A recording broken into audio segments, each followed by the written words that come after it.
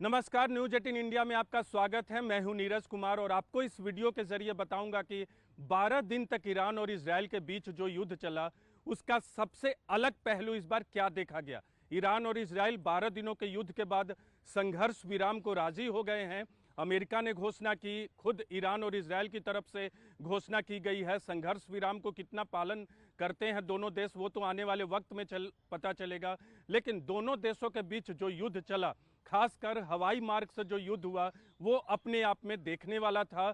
वो अपने आप में चौंकाने वाला भी था कि कैसे ईरान के बैलिस्टिक मिसाइल ने तबाही मचाई इजरायल के अंदर और इजरायल के हवाई हमले ने ईरान के अंदर तबाही मचाई। लेकिन सबसे खास पहलू जो देखने को मिला इजरायल के अंदर कि जो शहर इजरायल के अंदर अब तक सुरक्षित माने जाते थे वो सबसे असुरक्षित देखे गए। यानी सुरक्षा का जो युद्ध नक्शा था इजरायल के लिए वो पूरी तरह से बदला हुआ दिखा। जिन शहरों पर कभी कभार हमास या हिजबुल्लाह की तरफ से हमला होता था और कोई बड़ा नुकसान नहीं होता था, लेकिन इस बार ईरान की तरफ से जो बैलिस्टिक मिसाइल इजरायल पर दागे गए उस पर उन शहरों में भी भारी बर्बादी देखी गई जहां पहले भारी बर्बादी नहीं देखी गई थी।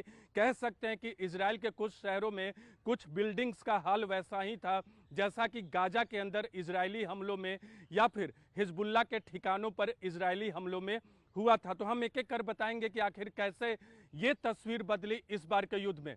हमास हिजबुल्लाह से 7 अक्टूबर के बाद ही इजरायल का युद्ध लगातार चल रहा था। उत्तरी इजरायल के बॉर्डर पे हिजबुल्लाह था जो कि लेबनान से सटा हुआ था, और दक्षिणी पश्चिमी भाग की अगर बात करें तो वहां गाजा था जहां से हमास की तरफ से हमला किया जाता था और इजरायल हमास के ठिकानों पर हमला करता था।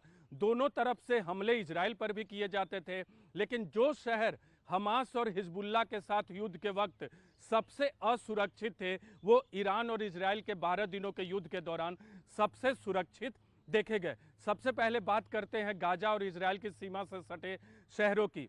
एश्केलोन, एस्डेरोट, अशडोड में हालांकि एक बार सायरन की आवाज आई थी, वहां भी मिसाइल से हमला ईरान इजरायल के युद्ध के दौरान हुआ था, लेकिन कोई बड़ा नुकसान वहां नहीं देखने को मिला।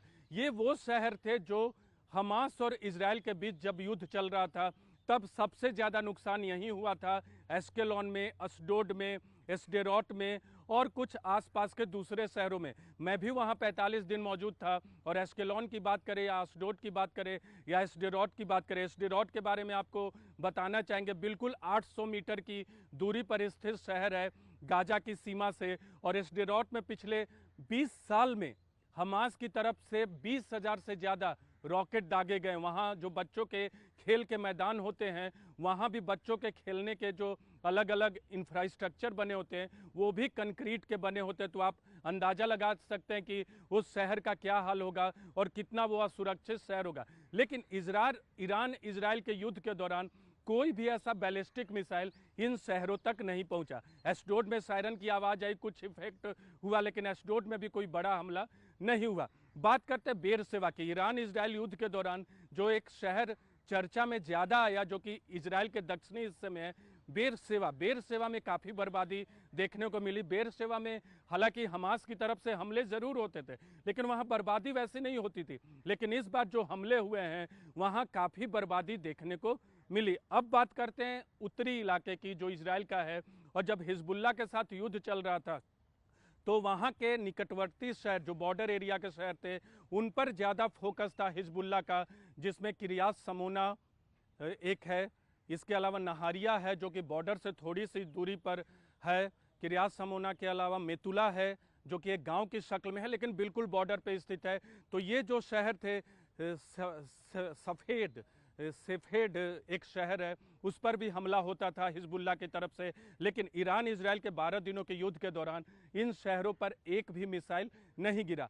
हाइफा जो कि तेल अवीव से उत्तरी हिस्से में है, हिजबुल्लाह की तरफ से हाइफा पर हमला जरूर किया जाता था लेकिन हाइफा में उतनी बड़ी तबाही नहीं देखी गई थी। लेकिन इस बार जो बैलिस्टिक मिसाइल से हमले किए गए ईरान की तरफ से वो हाइफा में भी गिरे और वहाँ भी बर्बादी हुई। तो 3 शहर की अगर बात करें इस दौरान जो चर्चा में आए हैं 12 दिनों के युद्ध के दौरान, जो कि बहुत सुरक्षित माने जाते थे लेकिन वो अभी असुरक्षित माने गए या असुरक्षित तौर पे दिखे।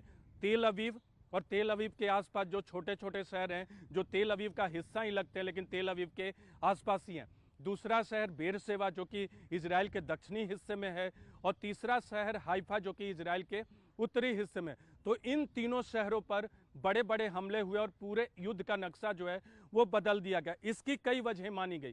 पहली वजह यह कि हमास और इजराइल के रॉकेट और जो भी मिसाइल छोड़ते थे उसमें इतनी ताकत नहीं थी कि वो इन तीन शहरों में पहुंचकर, जमीन पे पहुंचकर इमारतों को नुकसान पहुंचा सके, जो ताकत ईरान के बैलिस्टिक मिसाइल और हाइपरसोनिक मिसाइल में थी, क्योंकि वो रफ्तार से आते थे और इजराइल की सुरक्षा को भेदते हुए, जो एयर डिफेंस सिस्टम था उसको भेदते हुए बिल्डिंग को नुकसान पहुंचाते थे। इसलिए तेल अवीव और उसके आसपास के छोटे शहर हाइफा और इसके अलावा बेरशेवा में ज़्यादा नुकसान हुआ।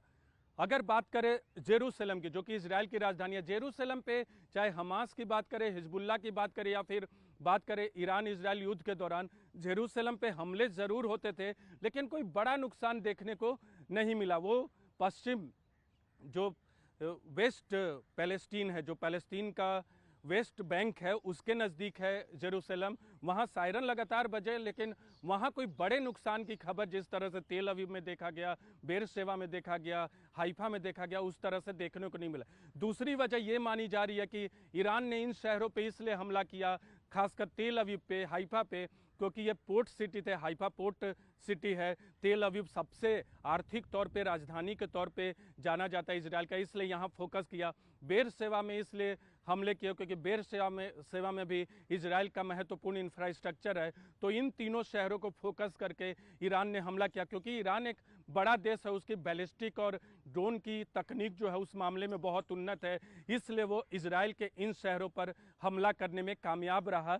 और जो शहर हमास और हिजबुल्ला के हमले में असुरक्षित माने जाते थे उस पर फोकस नहीं किया। और ईरान एक देश के तौर पे, जबकि हमास और हिजबुल्ला एक प्रॉक्सी संगठन के तौर पे काम करते थे, तो दोनों की ताकत में अलग अलग भी है, इसलिए इम्पैक्ट भी अलग अलग हुआ। लेकिन एक बात खास है कि 12 दिनों का युद्ध तो संघर्ष विराम से खत्म हो गया है, लेकिन एक मैसेज इजराइल के लिए ज़रूर ईरान दे गया है कि उनके बड़े शहर भी ईरान के बैलिस्टिक मिसाइल से अछूते नहीं हैं।